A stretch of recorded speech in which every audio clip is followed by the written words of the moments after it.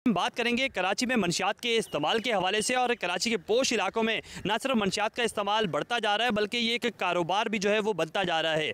कराची में नौजवान नस्ल मंशियात ख़ुद भी इस्तेमाल कर रही है और इसकी सप्लाई भी जो है वो की जा रही है। इस हवाले से पुलिस की जानिब से क्रैकडाउन भी जारी है। कराची का पोश इलाके हों या फिर दीगर इलाके हों, उनमें इसी तरह मंशियात की सप्लाई जो है वो की जा रही है, जिसकी वजह से न सिर्फ नौजवान नस्ल तबाह हो रही है बल्कि साथ साथ जो है वो इसमें एक बेहतरीन कारोबार भी सामने आ रहा है, जिसकी वजह से पुलिस की जानिब से अब क्रैकडाउन जो है वो शुरू कर दिया गया है। और क्रैकडाउन में मुख्तलिफ मुल्ज़िमान को गिरफ़्तार किया गया है और मुल्ज़िमान ने इंकशाफ भी किया है कि आया वो मंशियात कहाँ से लेते थे और उसके बाद कैसे जो है वो मुख्तलिफ इलाकों में सप्लाई करते थे। ये मुल्ज़िमान कैसे पुलिस की जानिब से कार्रवाई की गई और इनको पकड़ा गया, आइए इस प्रोग्राम में आगे जानते हैं।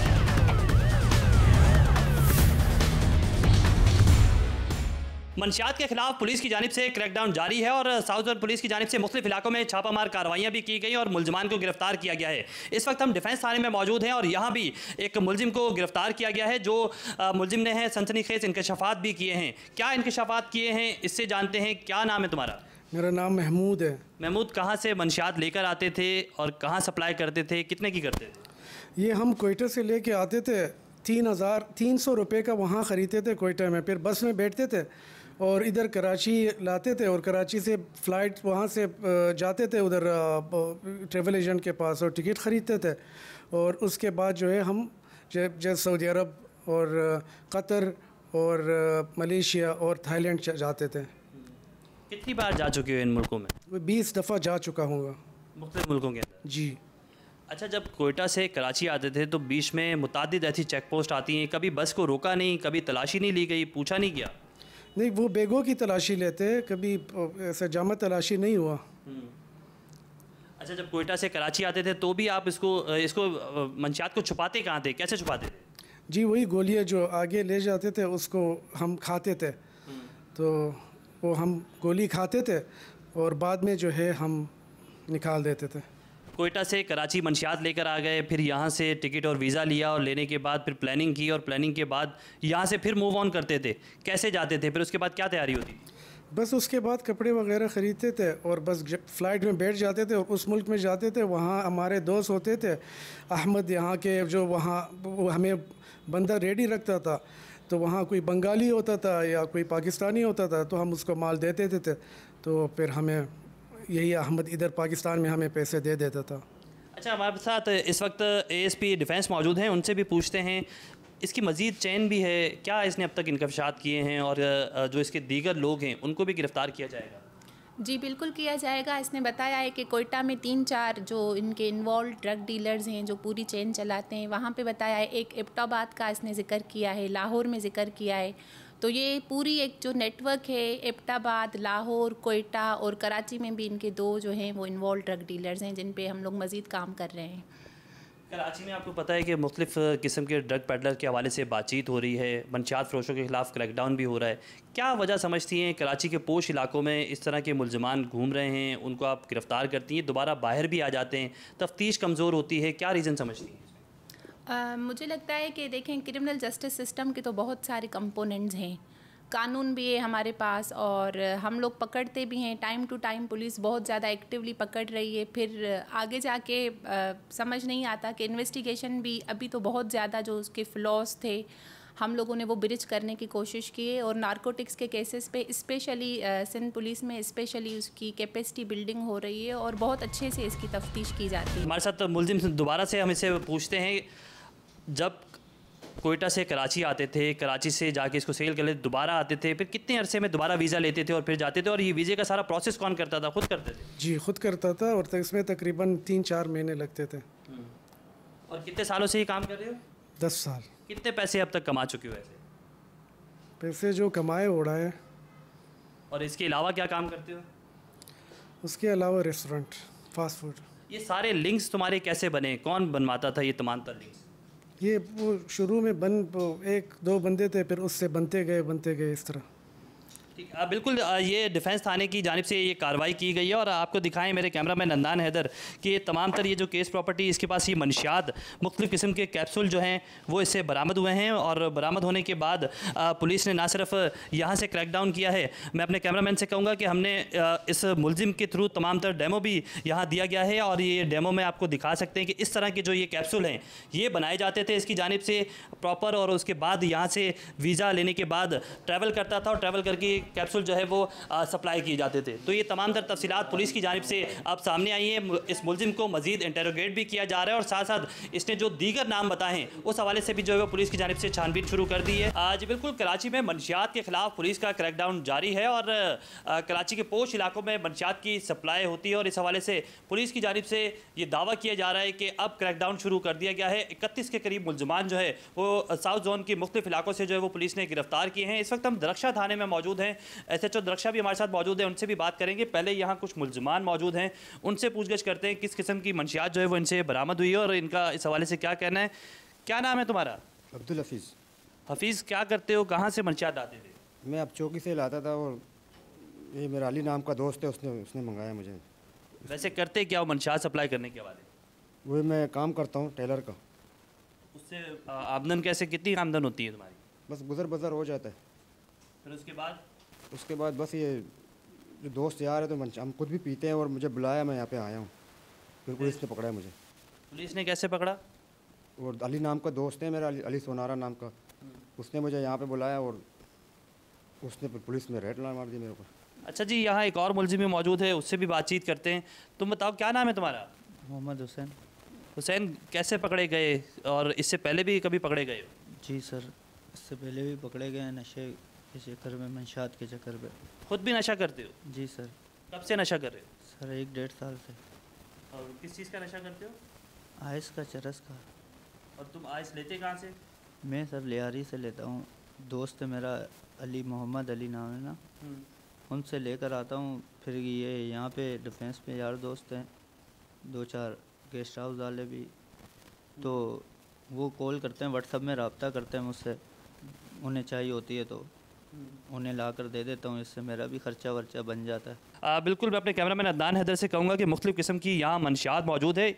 आपको बताएं कि जो अमूमन चर्च के नाम से ये मंशियात मार्केट में जानी जाती है, लेकिन इन मुलजमान की जानिब से ये कहा जा रहा है कि ये जो मंशियात है ये ब्लैक गोल्ड के नाम से काफ़ी ज़्यादा मशहूर है इनके दरमियान, और ये इसी नाम से जो है वो इसको मुख्तलिफ़ मार्केट्स के अंदर सेल भी करते थे। किस रेट पर सेल करते थे, जो दीगर मंशियात यहाँ मौजूद है, SHO दरख्शा शाहिद ताज हमारे साथ मौजूद हैं। इससे पहले भी इस तरह के क्रैकडाउन किए गए हैं, दोबारा से इस तरह के नेटवर्क जो है वो एक्टिव हो जाते हैं। अब भी क्रैकडाउन किया जा रहा है, कराची के पोश इलाकों में मंशियात बढ़ती जा रही है, क्या कहेंगे सवाल? जी बिल्कुल, इसके हवाले से जो ना क्रैकडाउन साउथ पुलिस का जो ना कंटिन्यू है और हमें जैसे इंस्ट्रक्शंस मिली हुई उसके मुताबिक हमने तमाम मुलजमान गिरफ़्तार किए और इनकी मज़ीद इंट्रोगेशन के बाद इनके पूरे रैकेट को डिस्क्लोज़ कर रहे हैं, जहाँ से सोर्स आ रही है इनकी, जहाँ से सप्लाई है इनकी, जो जो इनके सेलर हैं, परचेजर, सबके खिलाफ एक्शन हो रहा है। अच्छा, तो एक और मुलजिम भी मौजूद है, उससे पूछते हैं कि क्या पार्टी अरेंज करवाते थे, लड़कियों को सप्लाई करते थे, क्या किस तरह तुम नशा अपने लिए भी अरेंज करते थे और दीगर लोगों के लिए भी अरेंज करते थे? सर मैं लेता था और जो है मतलब आगे जो है फिर दोस्त भी लेते थे, हम लोग आपस में एक दूसरे को मतलब दिला दिया करते थे सर। ये चर्च का नाम तुमने ब्लैक गोल्ड रखा हुआ था, इसकी क्या वजह थी? इसको कोड वर्ड में क्यों वो यूज़ करते थे? चर्च तो नॉर्मल कॉमन है कराची के अंदर भी। सर मैं तो चर्च नहीं पीता हूँ, मैं आइस पीता हूँ सर। आइस कितने की लेते थे, कहाँ से लेते थे? वो भी सस्ता नशा तो नहीं है सर? वो जो है वो डीलर से लेते थे, अली सुनारे से, और जो है वो फिर वो हफीज़ भी के साथ मतलब ये कभी देते थे इससे, कभी उबैद से, इस तरह।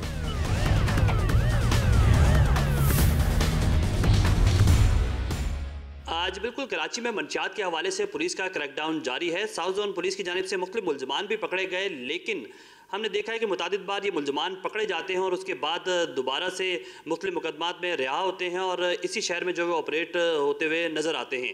कराची के पोश इलाकों में जो है वो मंशियात का इस्तेमाल बढ़ रहा है और इस हवाले से पुलिस का क्रैकडाउन भी जो है वो मज़ीद तेज़ किया जा रहा है। साउथ जोन पुलिस की जानिब से अब तक क्या कार्रवाइयाँ की गई हैं, कितने मुकदमात दर्ज हुए हैं और इस हवाले से मज़ीद पुलिस की क्या हिकमत अमली है, हमारे साथ मौजूद हैं DIG साउथ असद रज़ा साहब। बहुत शुक्रिया, आपने टाइम दिया। ये बताइएगा किस तरह का क्रैकडाउन किया जा रहा है?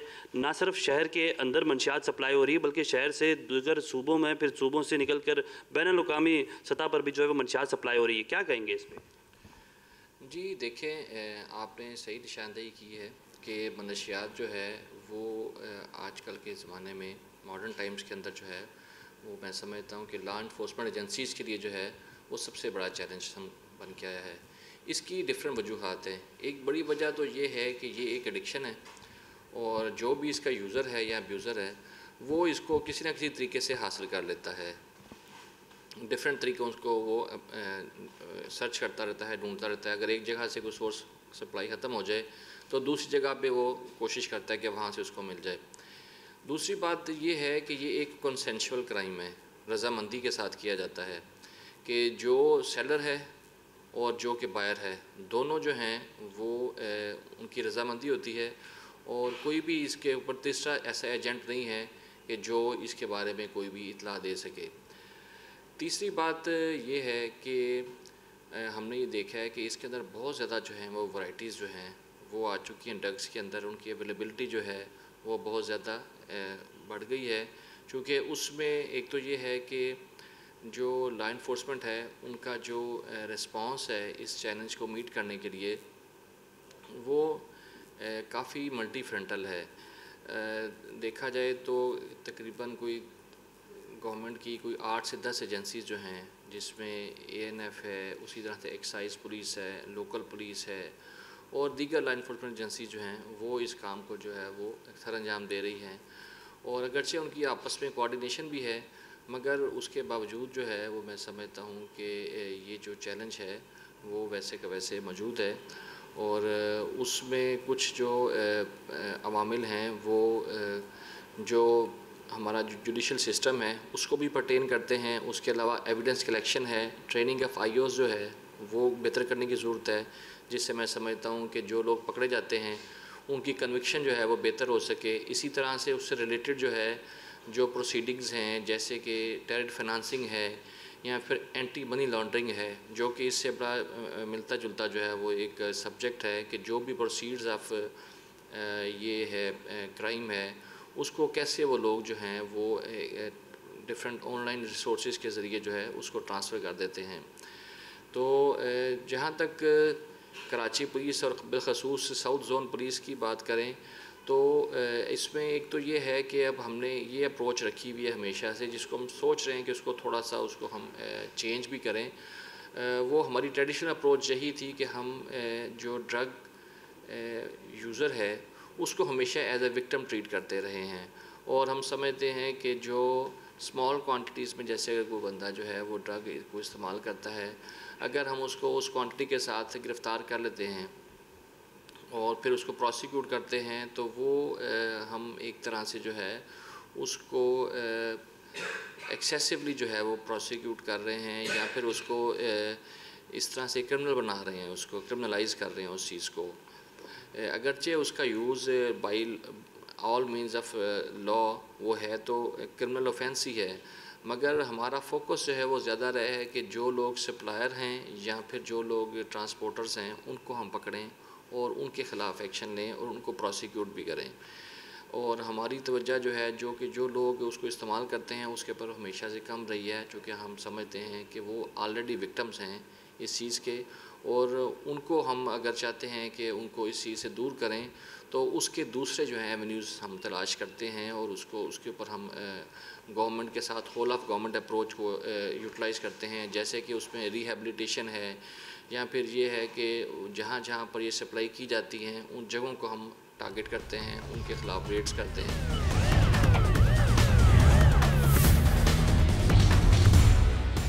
प्रोग्राम जुर्म और सज़ा के लिए राजा रियाज़ अहमद रासिख गुजरात से।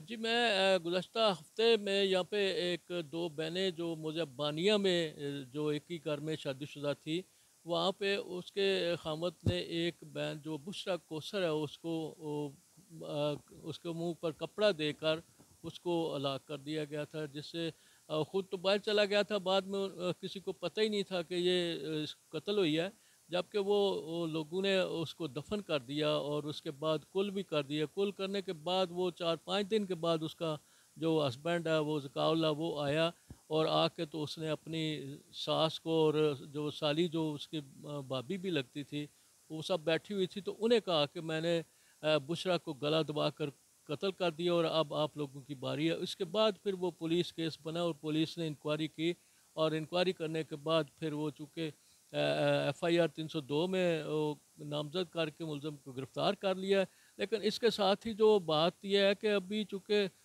ये काज ऑफ डेथ का पता नहीं है, जिस पर पुलिस ने इलाका मजिस्ट्रेट से रब्ता किया और लवकील ने भी इलाका मजिस्ट्रेट से रब्ता करके तो वो ये कब्र कुशाई का जो है उन्होंने दरख्वास्त दी, जिसको 20 तारीख को आइंदा जो है ना वो उसकी कब्र कुशाई होगी और उसके बाद फिर काज का पता चलेगा।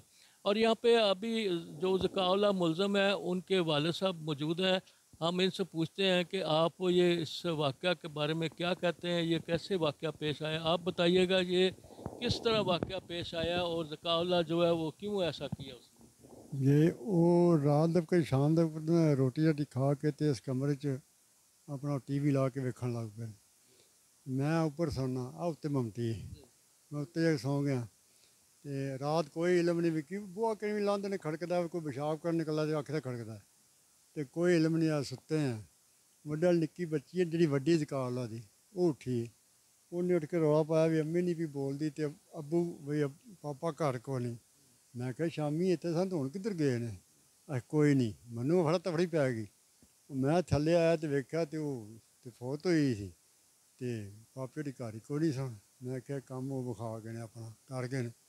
सुबह ये पिया भी कोई ने इनू मारिया फिर आखन लगे चलो ये तो पेट जरा ज़्यादा खराब सी मैं पता नहीं हूँ उन्हें मारिया कि जो जिसकी डैथ हो गई तो फिर दफन कर देती।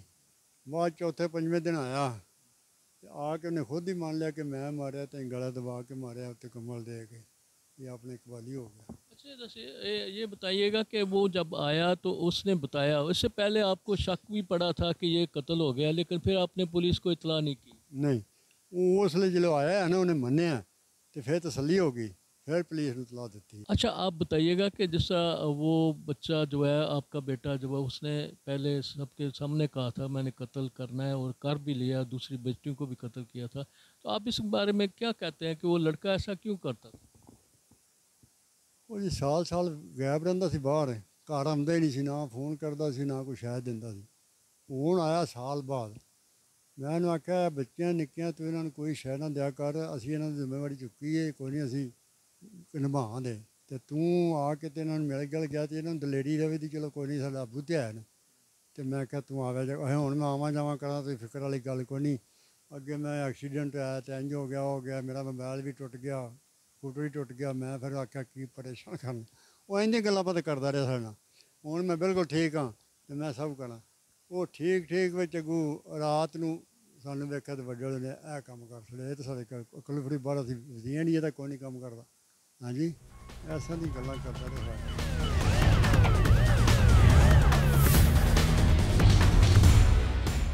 जी मैं इस वक्त थाना कुंजा में मौजूद हूँ, या हमारे पास हसन ज़ुबैर साहब SHO मौजूद हैं। हम इनसे पूछेंगे कि बेगा बानिया जो गांव है वहाँ पे एक खामद ज़काउल्लाह ने अपनी बेगम बुशरा कोसर को कत्ल किया, उसकी बुनियादी वजह क्या है। आप ये बताइएगा कि बुशरा कोसर की जो कत्ल होने की बुनियादी वजह क्या है, और ये आम तो ये है गाँव में कहते हैं कि उसको दफन कर दिया गया, तो कैसे पता चला है कि आप वो बुशरा बीबी कत्ल हुई है? बिस्मिल्लाहिर्रहमानिर्रहीम।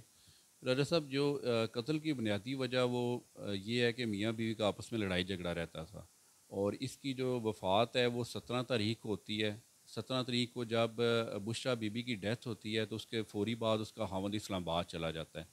25 तारीख को जब वो इस्लामाबाद से वापस आता है तो वह घर में आके दोबारा लड़ाई झगड़ा करता है। लड़ाई झगड़े के दौरान वो गुस्से में इस बात का इज़हार करता है कि जी मैंने 17 तारीख को अपनी बीवी का गला घोंट कर उसको मार दिया था और अभी मैं उस घर में जो उसकी दूसरी हमशीरा, चूँकि जो मकतूला की जो दूसरी हमशीरा तैयबा है उसकी शादी भी उसी घर में हुई थी और मैं अब इसको भी इस घर में रहने नहीं दूँगा। आप ये बताइएगा कि वो जब उसने अपनी उसके भाभी लगती है वो उसको उसने कहा जी कि मैं आपको भी कत्ल कर दूंगा, उसके बाद पुलिस ने क्या एक्शन किया? जी बिल्कुल, जब उसने अपनी भाभी को वहाँ पे हरासा करने की कोशिश की और उसके सामने इस बात का इजहार किया है कि जी मैंने अपनी बीवी को भी कत्ल किया था और तुम्हें भी कत्ल कर दूंगा, तो उसने 15 पे हमें इतला दी है कि जिस इस तरह जो मेरा जेठ है वो मुझे मारने की कोशिश कर रहा है। 15 की इतला पे फौरी तौर पे हमने रिस्पॉन्ड किया। जब मौके पे गए हैं तो पता चला है कि जी 17 तारीख को जो बुशरा बीबी की डेथ हुई थी वो बेसिकली डेथ नहीं थी बल्कि उसे कत्ल किया गया था। और उसी दौरान ये जो कौल है ये उसी गांव में किसी घर में रूपोश हो गया था। हमने फौरी तौर पे वहाँ पे सर्च करके इसको गिरफ़्तार किया है, FIR दर्ज रजिस्टर की है। अच्छा, उसके बाद आप बताइएगा कि उसको तफ्तीश के किस मरहले में गया है और क्या वो जुडिशल हो गया है? जी बिल्कुल, अभी मुलज़म जुडिशल हो चुका है और जो कबर कुशाई का प्रोसेस है वो अभी अंडर प्रोसेस है, उसकी अभी डेट डिसाइड नहीं हुई।